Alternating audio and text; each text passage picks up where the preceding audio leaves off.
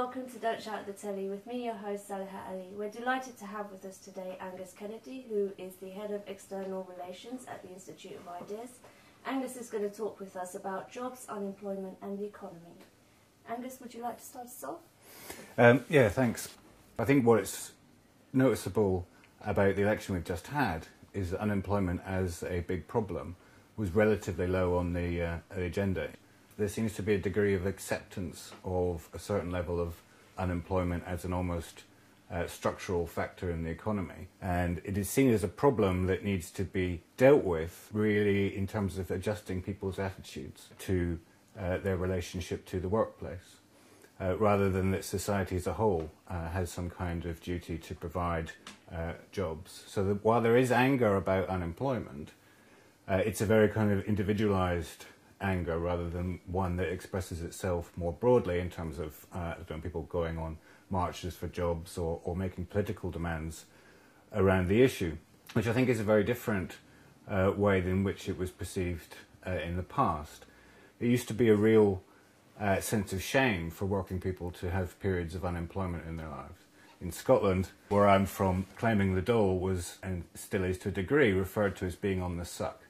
So it was a very embarrassing situation to get into that dependency relationship with the state, and you would try and get back into work as soon as possible. And even when I was unemployed for periods in the 80s and early 90s, I remember when people would say to you, "What are you doing at the minute?" It was acutely embarrassing to say, "I'm signing on," and people would laugh about the kind of phrasing that was used to avoid answering the question. She said, "Well, I'm between projects, I've just got something." I think now that kind of answer is actually not embarrassing for people at all. Once you've got an idea of a portfolio approach to employment, that I will always have different jobs, I'm not in a career for life. There's a degree to which the sense of duty and moral obligation to go and work and play a productive role in society has been kind of lessened. I think unemployment is perceived much more as a temporary personal problem that you're either taking advantage of to retrain, learn something new, or as not your fault. That I may be unemployed at the moment, but that's because I'm sick. And it's striking that a lot of the people who examine questions of unemployment now always make the point that 1 in 4 of us at any point in time have mental health problems. And that's a point at which the state will reach out to you and help you and support you with benefits to get you back on your feet.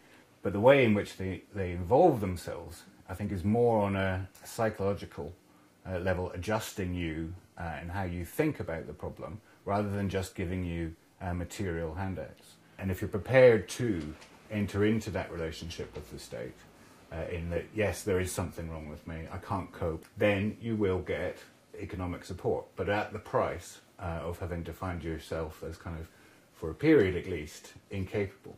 It's striking, of the 5 million people who are receiving benefits, fully, or certainly more than half of them, are on incapacity benefit. The question I think I would raise about that way in which unemployment is perceived is whether or not that's a price worth paying. Is that once you get into that kind of relationship of dependency with the state, does it actually start to make you sick? And that gets then expressed as, are these people just lazy? Are they feckless? No, I mean, there's no evidence that anybody's any lazier than they ever used to be. But the one question that doesn't really get asked is, what would really solve the problem? Should we create more jobs? Should people be going into lots of training courses that really don't seem to give any benefit? What should we do about it? And that tackling unemployment as a political issue, rather than as a kind of personal problem, is a question that I suppose I'm angry about, that it's not being asked enough. I think it's quite interesting what you were saying about how back, like in the olden days, there used to be much more people being ashamed of being benefit. Linking that point to what Marco Portillo was saying in terms of that today, he says our culture of entitlement is a word of coin to minimize shame and maximize claiming.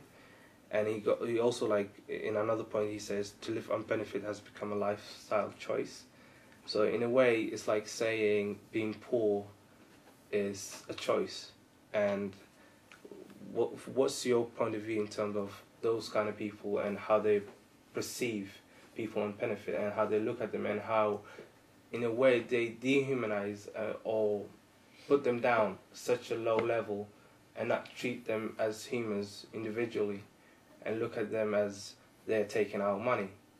So what's your point of view in terms of what he had to say on that? He's kind of an interesting case because I mean, he expresses that problem I think I'm talking about, is that his instinct is to have that kind of old-fashioned reaction, cut down on benefit scroungers, attack them because they're a drain on society. Not so much, I don't think he's arguing so much that they're a drain on society economically, because he has argued, oh, we can afford this. You know, we have been affording it for ages, but they're a drain on society in terms of not taking part in it, and they're unproductive and idle. But I think when people make that kind of traditional Tory attack on benefit scroungers, you get a reaction from people who say, hang on, these people are actually ill, dependent. How are they going to survive if you attack them? And the problem is that there's a certain amount of truth in that you know, that people do get into that relationship with the state where they continue to need help, which is striking that, again, with the beginning of the recession, the first reaction was, let's go and train lots of extra therapists, because once people realise that it's a severe recession, there'll be more and more mental health problems, and that will be, well, we need to go out and help them. That's the much more prevalent reaction than I think that kind of old-fashioned, they're idle reaction. But it raises a very interesting question about entitlement. You know, are people entitled to handouts from the state in any form? But looking back when I was employed and I was working, on such in terms of the income was such a low income, and you could not save anything from that. A lot of the reasons of why people don't have jobs or anything like that is down to what the government have to offer, what politically what they are offering, and what their solution is to the problems, rather than looking at it and going, okay, we need to cut that, we need to cut that. Because every time they trying to find a solution, they talking about cutting something rather than increasing, or rather than building industry or building some form of infrastructure where people could get out of that cycle and move on to better jobs. And if you look at jobs like retail, people who work in retail, they might not have educational certificate, or they might not have a degree or such, but they would like to get out of the job they're working in and work in a better job, a job they will enjoy. People don't want to be on benefits. That's the truth. No one wants to be on benefits. If you offered someone a better job, they will take it in the blink of an eye. From their perspective, they're saying people are happy being on benefits. No one is happy on being on benefits. You go around and ask people, they will tell you they're not happy what they're getting or how they live life. Is such a demeaning position to be in. And it's nothing to be ashamed of, from my perspective, because they were put that they're in that situation and no one is offering them better solutions or better jobs as such. Lots of that is true, is that the government should be investing more in infrastructure. The society as a whole should be taking a more adventurous attitude towards the economy, trying to grow it, make it bigger, to create better jobs, because a lot of the jobs that are available are kind of like muck jobs, aren't they? It's like, yes, you can take it, but it's hardly offering you a good career. So I think you're right to say that there's no embarrassment about not being able to find a proper job, and that they should be creating more. But I think the problem comes when the question is posed in terms of who's going to do something about it. Well, I think that it's the government's responsibility to provide these jobs. I mean, instead of, as you're saying, providing therapy or work camps for people to go to in order to learn skills, they need to be able to be learning practical things that can help them to get back out into the world and to get jobs. They need to be creating more opportunities and helping to put money into public sectors as well. So even when you're talking about these low-income, minimum wage jobs, even to get those, you need to, in some workplaces, have gone to uni. How are you supposed to pay back your debts? How are you supposed to move on and aspire for the careers that you've actually trained to be in and to go to? So I think it is firstly mainly down to the government to provide those opportunities. Yeah, you seem to share the right-wing analysis of the unemployed as sharing a culture of dependency, almost, and I can sort of understand what you're saying, but they'd argue that these people need to get into work, and that the culture of dependency means that they don't want to work. What you're saying is the culture of dependency stops them protesting about their lack of work. If to receive benefits from the state, the easiest and kind of less hassle way of doing it is to define yourself as incapable, because then you're not having to go to all these tiresome re-education things and interviews all the time. If that's the way to do it, the danger is that you're entering into a relationship, a kind of pact with the state there, that may not be a price worth paying, because you've had to say, yes, there is something in me that requires your help and assistance. Kind of what you were saying earlier, that the government has a responsibility to come and help us and to put us on our feet again. Whereas an attitude in the past would, I think, have been more that it was my responsibility to put myself on my feet again. I don't need anybody's help to go and knock on employers' doors and demand that I get a job and to go and really look for work and make myself employable. Why do I need somebody's help to do that? Well, I disagree completely, because in the past, when the unemployed people went on marches, they were demanding that the government or somebody gave them jobs.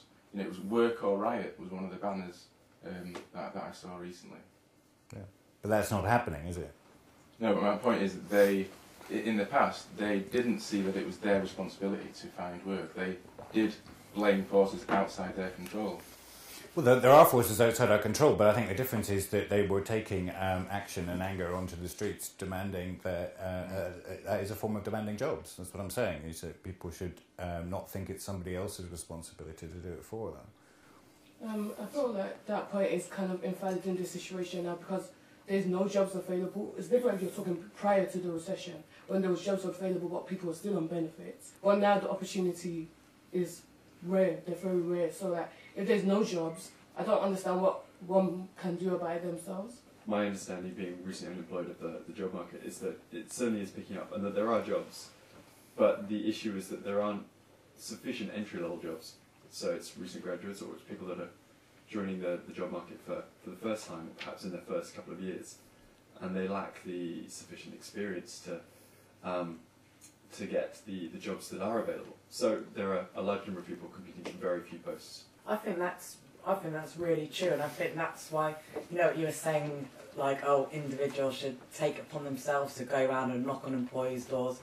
I think that's a really unrealistic attitude, knowing firsthand and from a lot of my peers the experience of graduating from university not having a job. You can knock on as many doors as you want, give people your CVs.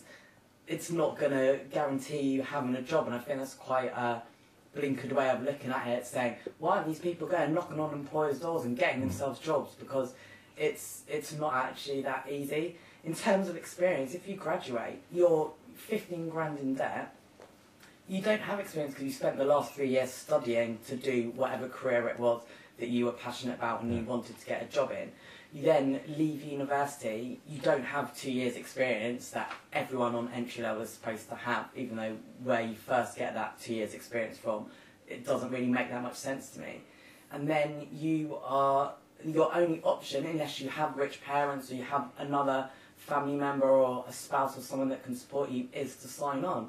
The job seeker's allowance, as it is ridiculous. If you're under 25, you get £50 a week, and you're supposed to be able to go out, look for jobs. A travel card in London, Zone 1 to 3 alone costs 30 quid. So how are you supposed to do that? Actively look for a job, actively go to all these employers' doors and knock on them and meet them and have interviews and get your feet on that tiny amount of money?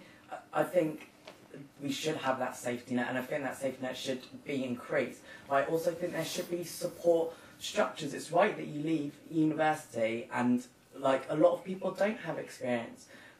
Other countries like Switzerland or Holland have really good support structures in place for young people aged 16 to 23 where You either get like a year's apprenticeship with a company, or you get like a year's vocational training, where not only do you get that experience, you get those skills, you work in a professional environment, you also get mentors, you get people from that company that then can support you and help you find employment afterwards. Surely a scheme like that, where you're teaching people actual vocational skills, giving them something to aspire to, giving them that real experience, is going to be so much more effective than sending random therapists to people to be like, oh God, we know you feel really depressed, let's help you feel better, or those work camps that you're saying where you go to and you don't actually learn any vocational skills. It just seems like a massive waste of money. Just on that, because I think a number of people have mentioned that kind of training aspect of it, is that there's a problem on both sides of kind of the education that's offered. Academic education has become elements of vocation brought into it, normally in the sense of it's not so much about what you're learning, but getting the right kind of attitude. So like you're being taught how to learn, it's about learning to learn, because we're always told that the world's changing all the time, it's such a flexible job market, it's high tech, the skills you need all the time are changing. So they don't teach you a real set of skills, they teach you an attitude of flexibility. And the same thing with the vocational courses, they've become overtly politicised because it's seen as a real problem area. So people aren't getting a good education either way. I mean, I agree with you.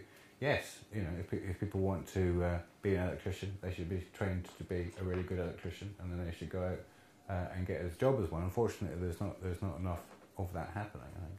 So we've got companies that have a lot of money, that employ a lot of staff.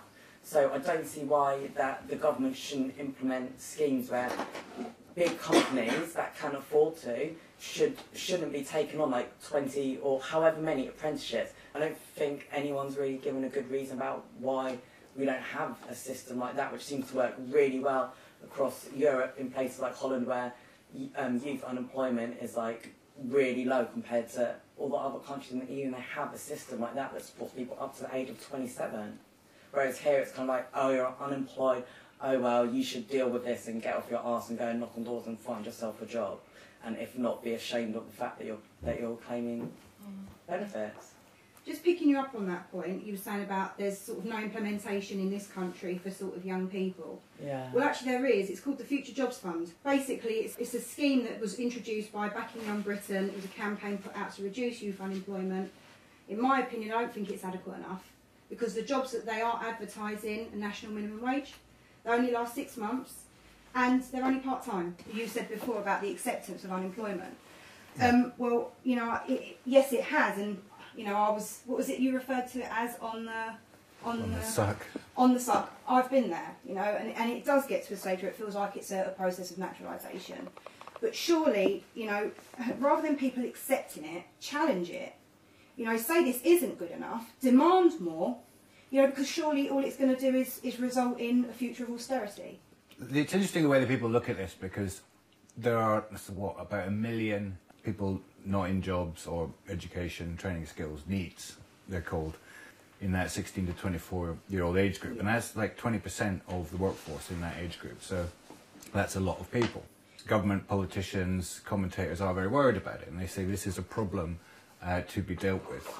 These people are potentially dropping out of society. They may turn to crime, drugs, suicide. You know, there's going to be a potential lost generation. There's a potential problem here that we need to go in and sort out. There's never a discussion that the problem could be dealt with by creating well-paid, lasting jobs that would provide you training on the job. So if employers wanted to take people on, they would train them. They wouldn't have these artificial barriers to entry saying you need this NVQ that or this degree that. They would train you rather than having this formal qualification.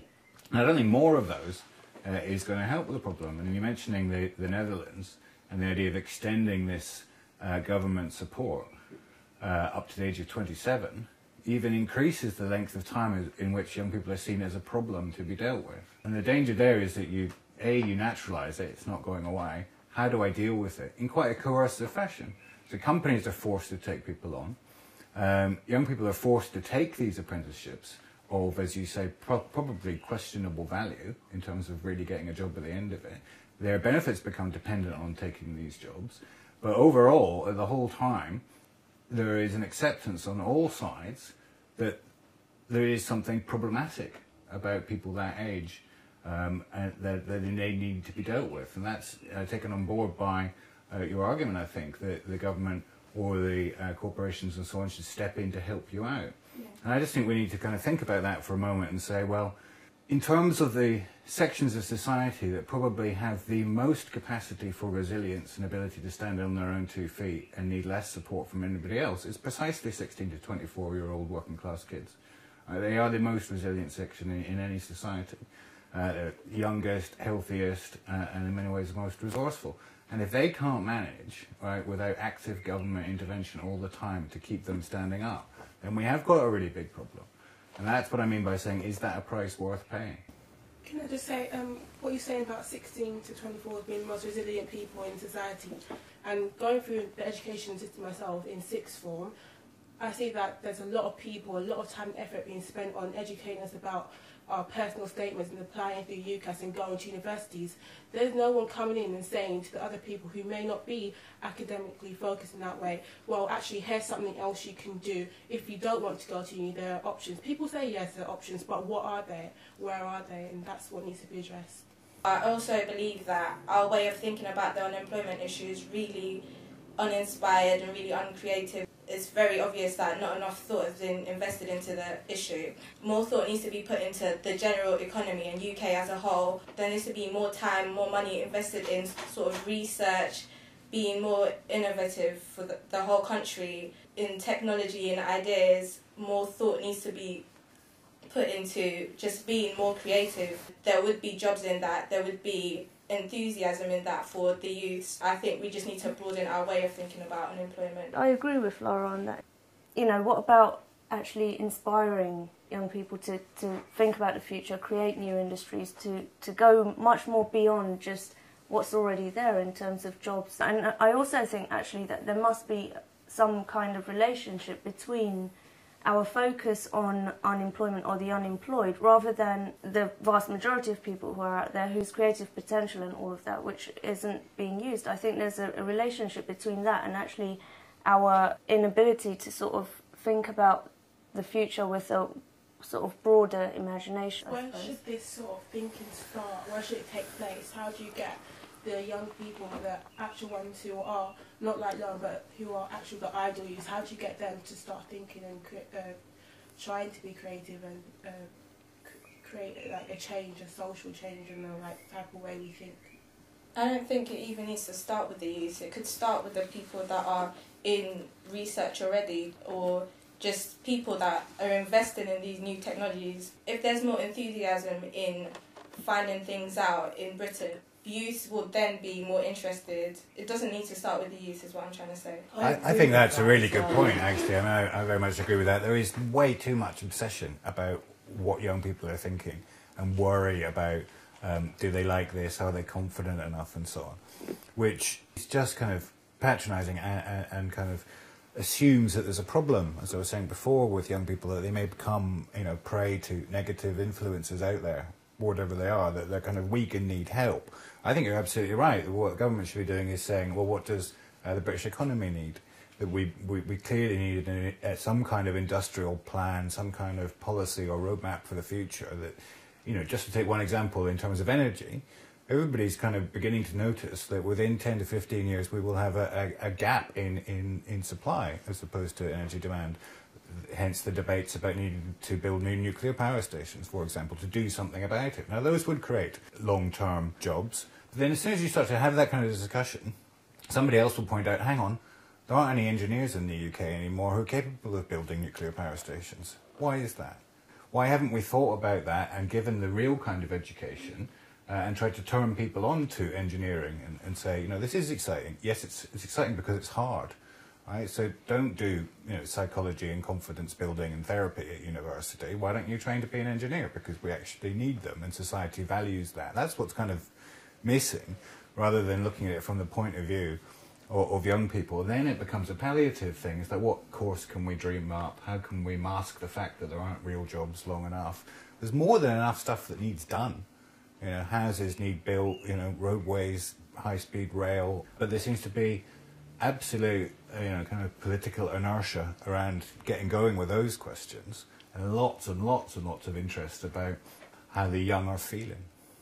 Do you think then, like from what you're saying, do you think that people should inspire to what society needs rather than what they need in terms of job-wise, rather career-wise? Like someone might choose to do something like film. Would I have to inspire to do engineering to, benefit society or to help out or to contribute in a way? But at the end of the day, it's an individual choice to make that decision. Of course, it's an individual choice. I only raise it as an example because what seems to have happened, and I'll be slightly flippant here, but what slightly happened is that we're all creative now. It's meant to be a creative economy, high-tech, free-flowing. It's all about ideas and so on. At a certain level, that's not true.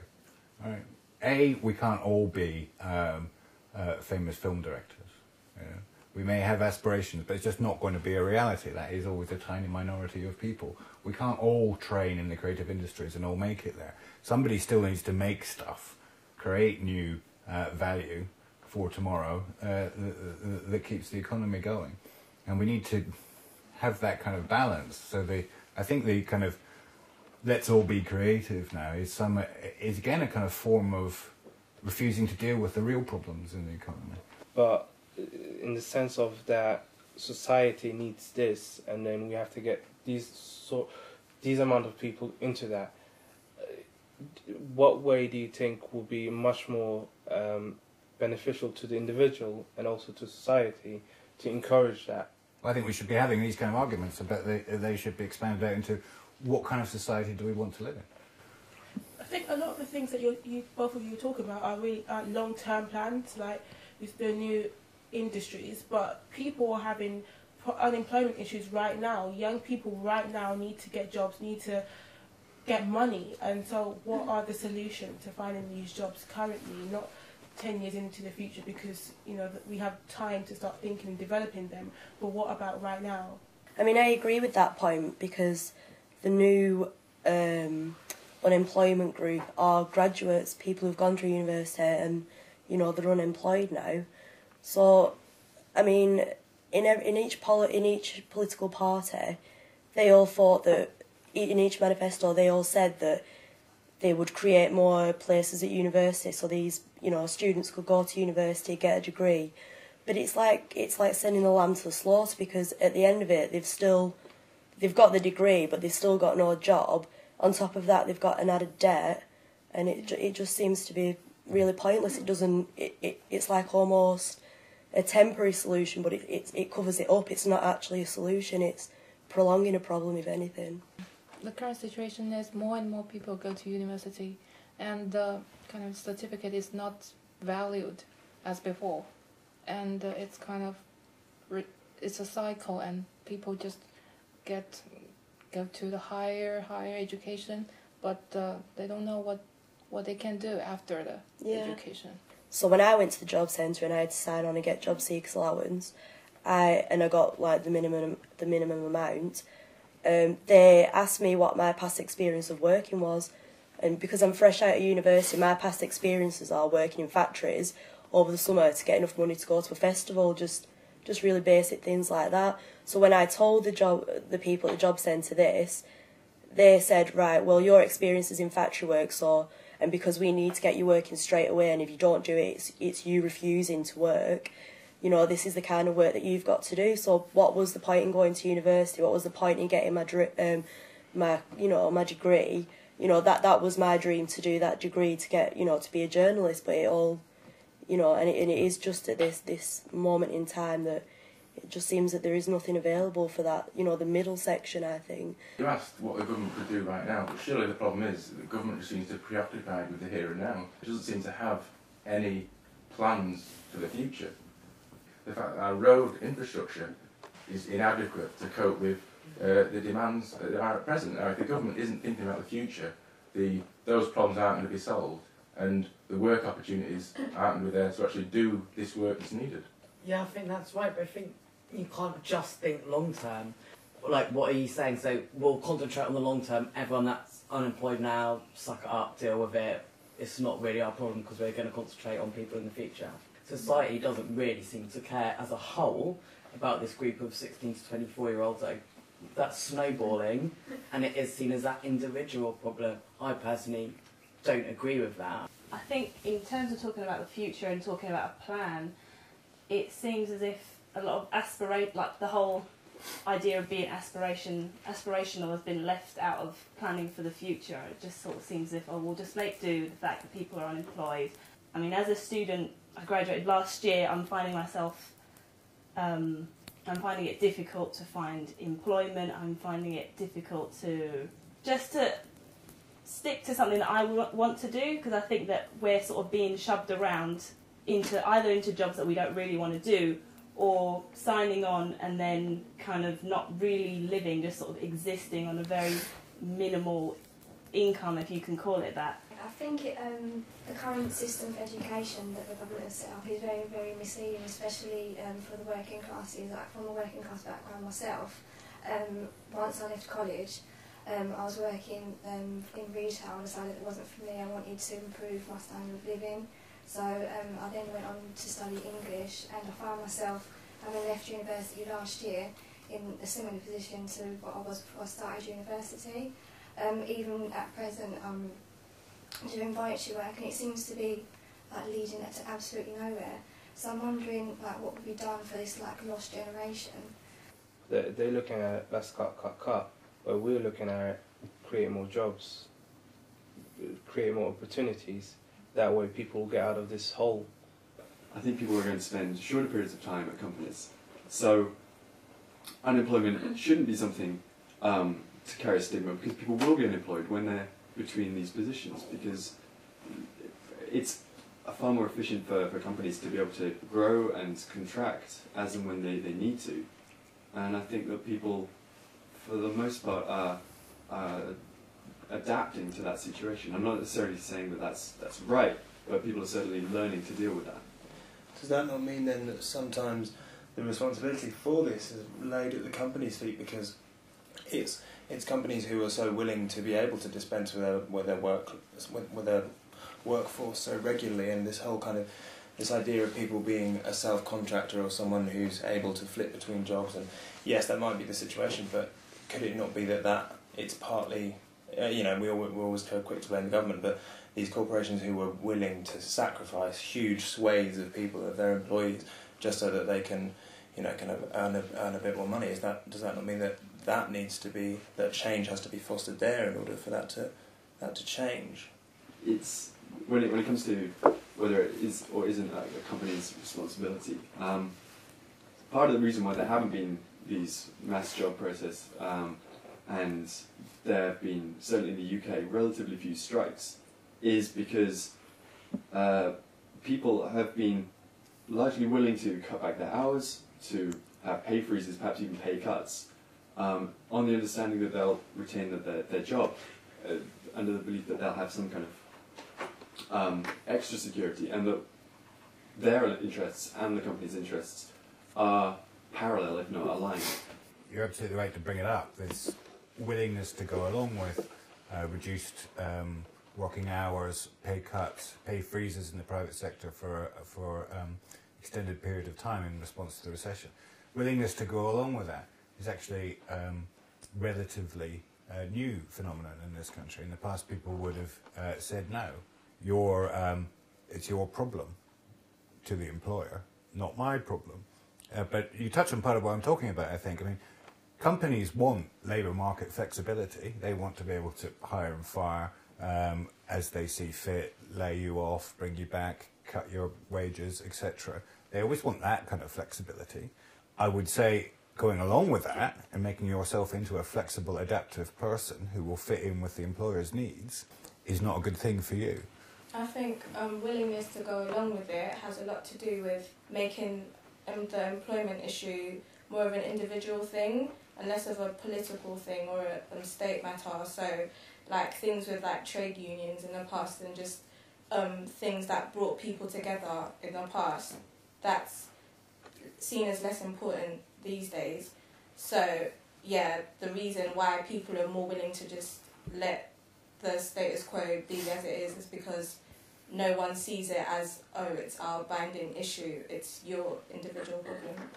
Problems like this need to be understood at the level of society as a whole and the economy as a whole, But with this recession, what were the explanations we were given about why it happened? It was because some people, bankers mainly, were irresponsible, greedy, and the wrong kind of people, and they've kind of ruined it for all of us. But that's then to say, we, on the other hand, are the right kind of responsible people who aren't greedy. And yes, we'll take a pay cut and we'll keep working and so on. You know, to blame them for being the wrong kind of people, I think it's a very dangerous kind of route to go down, because it puts a necessary burden on you to be the right kind of person. So I understand that you don't think that people should be blaming themselves. You don't think that the government's to blame per se. So I don't understand who exactly we're meant to blame. Like, because to me, if we don't see who's to blame, how are we supposed to fix it? We're supposed to know what's wrong in the way society is. This focus on unemployment and then sort of stopping at apprenticeships or whatever, it's kind of like, is that as far as you want to go? And it's, you know, it's kind of like saying we've given up and what we have is what we've got and we're not going to move any further than that. And actually, hitherto, we've done great things, and I don't see why we can't continue to do amazing things into the future, and we can, you know, create that. So I think there's sort of sometimes a sense of, you know, we've given up and we don't want to take responsibility and just focus on the incapacitated people. And I think you cannot play that game of who do we blame. If we want to play that game, like a lot of people are in government, some people in government are doing that, blaming immigration on the lack of jobs. But the reality is, it is a problem, and we need to solve it. Not to go there to blame they're taking all the jobs, or to say as such like we don't have jobs because of the government. We also have to take some initiative in pushing for it, and also we have to voice our concerns much more, like beyond here. We have to voice our concerns to the government so that they hear, like not just individuals, but as a country. Can you honestly say, just like a question to everyone, like, can you honestly say, if we all collectively came together and said this is the problem, and we showed unity, can you honestly say that the government will actually do something? I think it would, because that's how most change happens. When you look at the Suffragettes, they all got together, they made a change happen. They've had a bit of fire in the belly and they've gone out and done these things. That's how it happens. So I think that could happen. There were like clear aims with the Suffragettes, for example. They wanted women to be able to vote. That was, okay, not in time an easy change to make, but that was the practical thing to happen. In this day, we can go out, we can protest all we want, we can maybe stimulate some sort of change to happen. But right now, right here and now, even if all of us went and all the whole community protested, you can't just make jobs out of magic, and that's what they've been trying to do, trying to distort the statistics, encourage people to go to uni, and that will bring the statistics down. Yeah, you can do that. Maybe then if you hide and distort all the statistics, you can get 100% employment, but it won't be for real. It won't be realistic. And so I think there needs to be a balance. First, in terms of responsibility, let's not. Yes, we all need to have a positive attitude and do things, but secondly, the government does need to help open up those doors. In terms of planning for the future, that definitely does need to happen.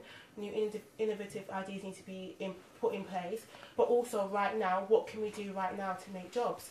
And the last sort of point, this question I want to raise is about, we live in a capitalist society, so isn't it inevitable that there will always be someone at the bottom of the sort of food chain, if you like, and there'll always be a person at the top?